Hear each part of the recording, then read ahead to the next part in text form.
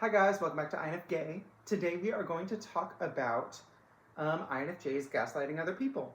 Before we get started, comment, like, and subscribe, and let's do this. So, we are kind of starting this video, what am I talking about? Is this video just clickbait? Maybe. But we're going to talk about actual things here. And so we're kind of starting at this baseline of INFJs being just kind of thought of as good listeners, empathetic, good advice givers, enjoying deep topics, enjoy deep conversations. That's kind of the basis for INFJs that we're working with.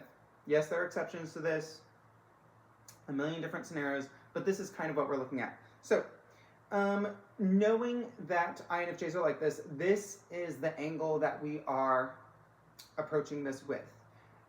So, INFJs gaslighting other people. Gaslighting can be a useful tool for INFJs because we can learn a lot from it. So the first part of this video is going to be like the philosophically, I don't know how to call it. It's like behavioral gaslighting or philosophical gaslighting. Basically, it's gaslighting in terms of people sharing their experiences with you, because INFJs love to talk about experiences. I did some videos on INFJ extroverted feeling, talking about Game of Thrones. I gave my opinions on the House of the Dragon and Game of Thrones. For an INFJ to be in a place where we're giving opinions, we must like you, we must like Game of Thrones, we must like the subject that we are talking about, right?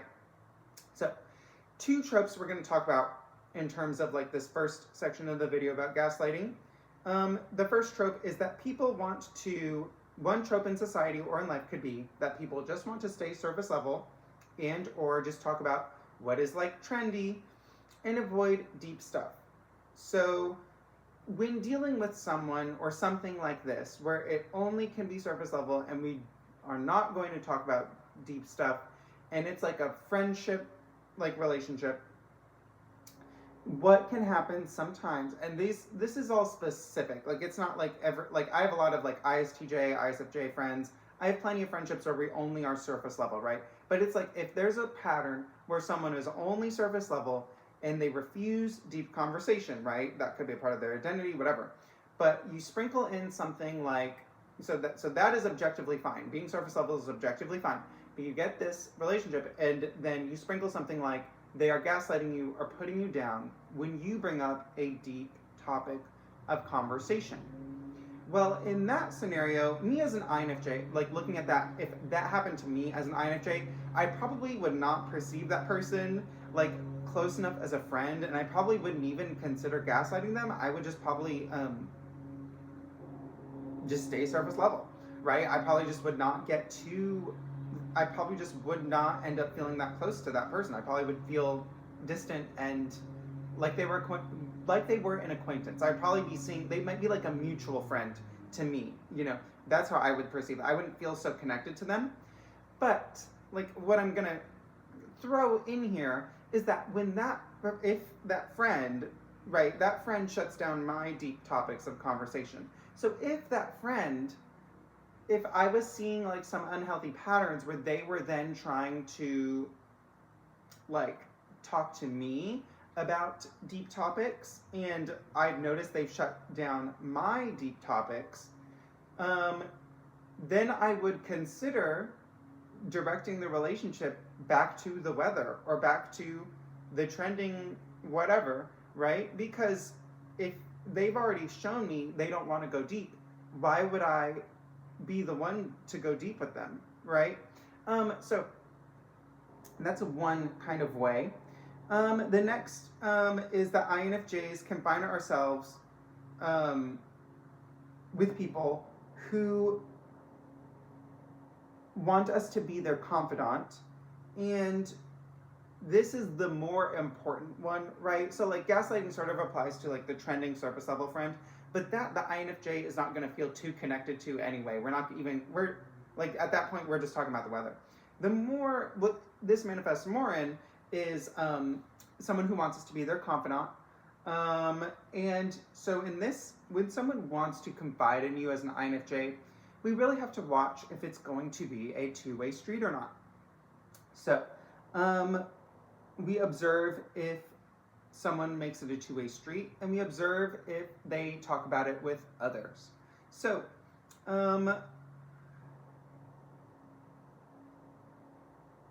if someone wants only a one-way street, I'm speaking for myself. This is not professional advice. This is my subjective view, kind of filtered through an INFJ. So, if someone views our deep conversation as a one-way street with the INFJ, where they are the only one sharing with the INFJ, I would say, for me, that situation always needs boundaries. If someone if someone confides in you and they are only confiding with you as an INFJ, I would say that requires the basic boundaries that every relationship has. So either way, you are a person with, even if you think you have no boundaries, everybody has boundaries. So I would say for someone who wants a one-way relationship with the INFJ, you always need like extra boundaries. Someone who you can kind of see they're not like this with everybody. That just requires, I think, the basic boundaries. And then to go deeper, you would need more discernment basically on your own situation, or that's how I view it for myself. So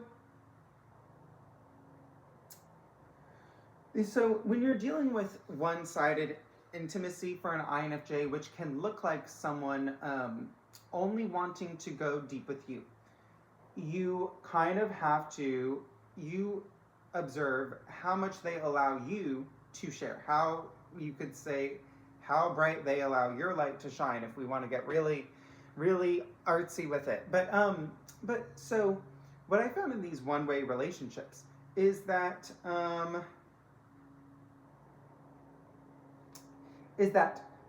my friends, when I share something deep, my friends will say something like, oh, stay positive. Now, there's a time to stay positive. There are moments to stay positive. Stay positive is useful in a lot of situations.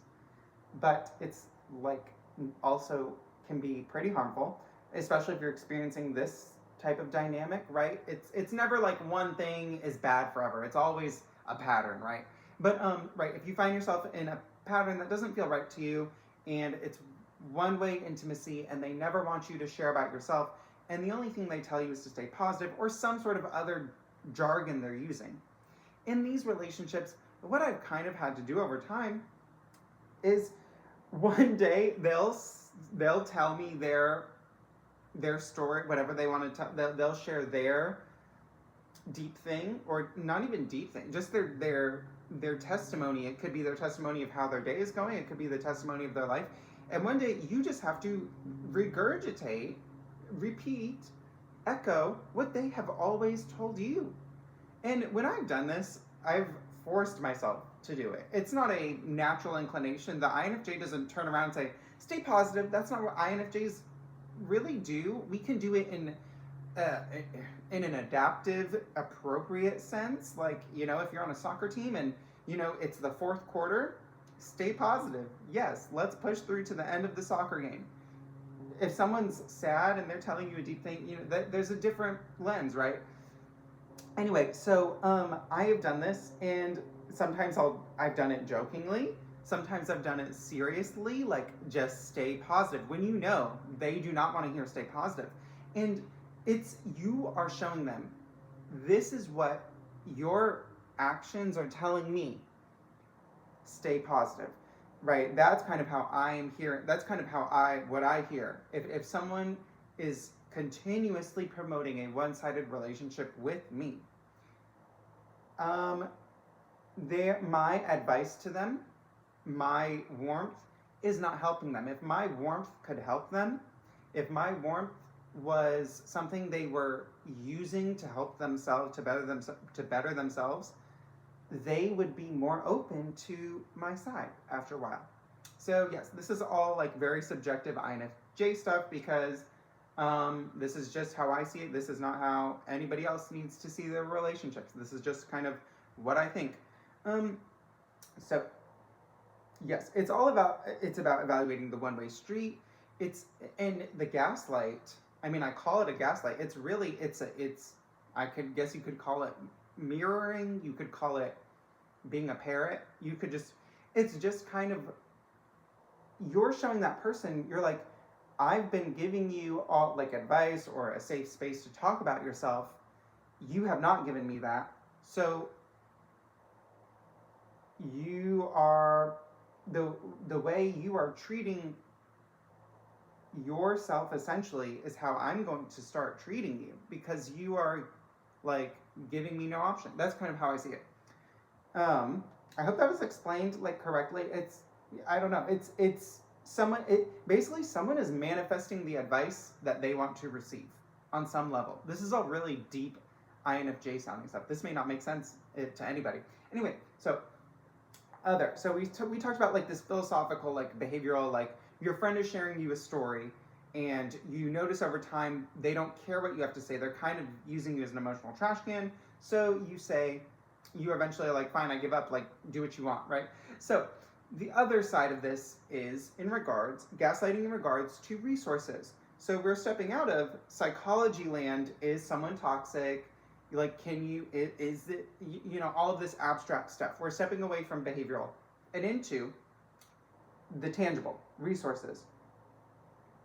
So let's talk about this. So when a friend, this is kind of like the one-sided thing, but now we're going to include some factors.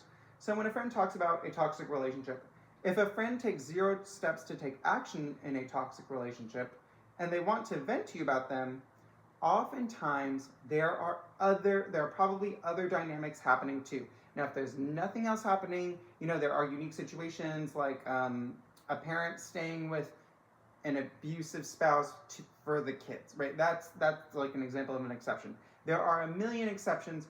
Today we're talking about patterns and just kind of like a frame of reference of a collection of patterns. So yes, when you're in that one-sided relationship, there are probably other dynamics happening too. So what I've often seen in like the one-sided emotional relationships is that the one-sidedness does not stop with emotions. It goes into other things as well. So I see this in like a lot in dating and like with friends. So the one-sidedness in the relationship that involves them just sharing their story, it can often lead to other things. So this can lead to a triangulation of resources. So remember, they're sharing with you their emotional testimony. They're sharing with you something. It could be emotional testimony from when they were 5 years old. It could be from that day. It could be from last week. So when it comes to resources, they are often giving resources to something else. And the one-way track with you for emotions, they are also trying to connect to resources. Why would I advocate this? This is a really big inference. This is a stretch, right? So let's take this example. Someone has like a friend, and let's say they vent to you about that friend. So that this friend treats them bad. They vent to you about the INFJ, about how that person treats you. Or they just have a different mode of being around you that's different from when they're with that friend. So it creates this loop. This is fine, sort of. Nothing bad yet. Right? You get to know that person more. It could be in the first 2 dates. It could be on the first date. It could be in the first month.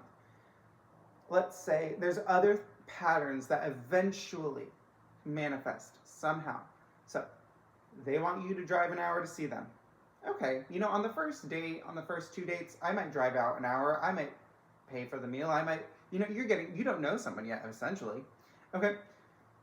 Then you discover, okay, I'll drive an hour to you, sure. Then you find out this friend who's abusing them, they drive 2 hours for.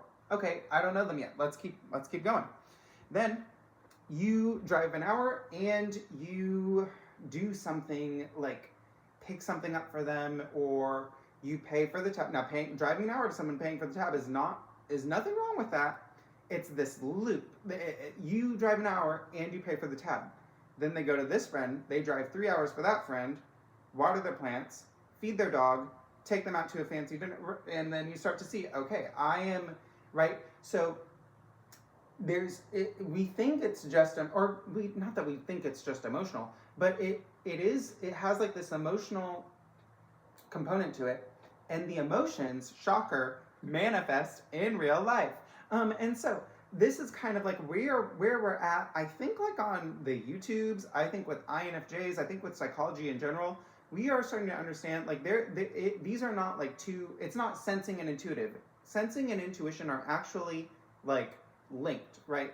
And so, by the third date, you realize, okay, they are watering the plants, walking the dog, and taking their friend out to a fancy dinner, and they want me to buy them a fancy dinner, right? So now you see like this loop, and this loop is becoming more and more real. It could just be emotional, but now it is very, very real. So this is a triangulation. Triangulation, we often think of like in terms of romance, like, oh, they are, you're dating someone and they're cheating on you, or you're dating someone and they're entertaining other people, or you're dating someone and they're pitting their friend against you. It looks like we often think of triangulation in terms of romance and attraction. This type of triangulation, oh my goodness, like this is, to me, this is like common. Like this is like, right? And so you kind of see this triangulation, and in this scenario, eventually, like first of all, this is a bunch of red flags to me, and then I'm like, well, do I even want to get involved in this? This is like it's a drain on my resources, but not for the right reasons, right? If if I can drive an hour and pay for a meal for mutual respect, but come to find out they are like have this loose end over here or something like this over here, that's something you have to consider. And so using gaslighting in this scenario, I just kind of described, like, in real life, I would withdraw. If I was like, if this happened, I guess, in a longer term relationship,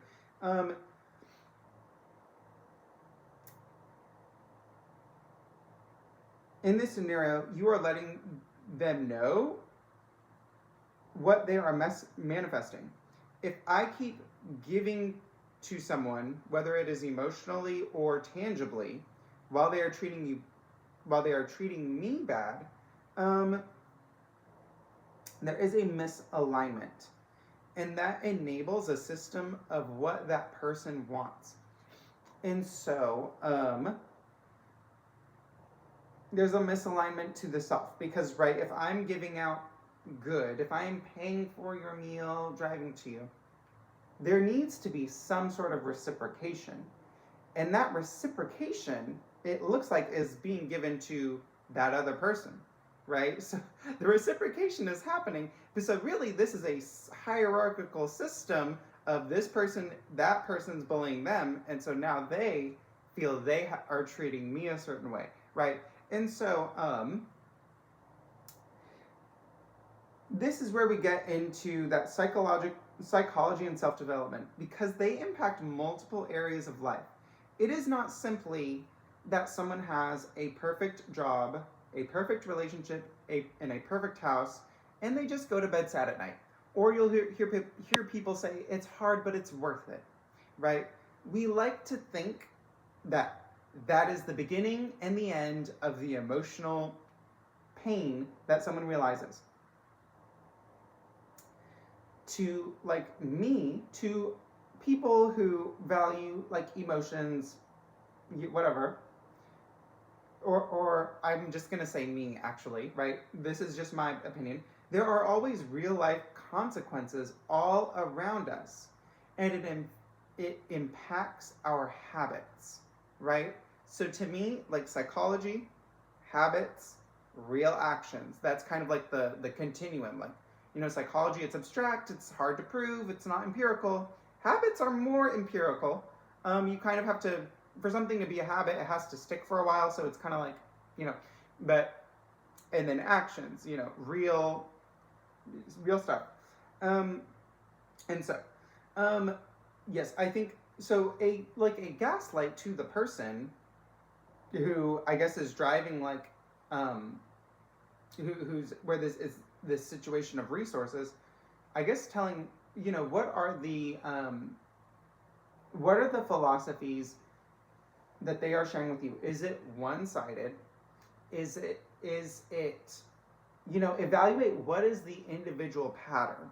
I talk about one-sided because that's a recognizable pattern that makes sense for this example, but for everybody it's going to be different. So like in what I would project, and this is important, like as an introverted intuition user, you talk about introverted intuition, extroverted intuition. Extroverted intuition understands there's all of these myriad possibilities. My introverted intuition is talking about a certain system of certain possibilities that are few, or that are predictable, or that, anyway. So in this situation, with the one-sided relationship where I am giving resources, it is, what I think about is what narratives is the person who they are giving to putting onto them. So the person who, so in this situation, they want me to drive an hour and pay for the meal, and they're driving 2 hours, and buying that person a fancy meal. So with this situation, what narratives is this person giving to the friend who is passing between the two of us, right? What narratives are happening there? That is like the pivotal part. I've had friends where I'm like, or dating options where I've come to like this person they're with, and I'm like, why don't you date them? You should date them. Like, I have literally this is not just for the tubes. In real life, I am like, well, if you are buying this person a fancy dinner, you should date them, right? Right? So this is not just like one thing, right? So if this person's giving good narratives, then honey, let's, let me go be on my way. But and then if this person's giving bad narratives, what bad narratives is that person giving them, and are they repeating them onto me? And so in this case, where the bad narratives are repeated onto me, that's where you essentially, as an INFJ, after a while, you intentionally gaslight. One day, I turn to the person and I say, no, you just need to think positive, and you could see them. It is funny. Like, when it finally happens, I think even when I've been snarky with this, I think the other person has smiled, or something. It is funny when it finally happens with a person. And so, right, when you finally do this, it's important, and it kind of reveals what is going on in like a very, like, put your money where your mouth is way. And then, of course, as I mentioned earlier, we have that scenario where the parent's staying with the spouse for the kids, right? So there's all these scenarios where someone can be in an abusive relationship and then they go to someone to confide in that person, right? So there's a million exceptions, right? It is a form of gaslighting because you are stepping away from the INFJ's mantras of all of this validating or deep conversation language stuff, and you are giving the person, essentially, you are telling the person their own mantra, because the mantra they have is not the deep conversation approaches that you are demonstrating as an INFJ.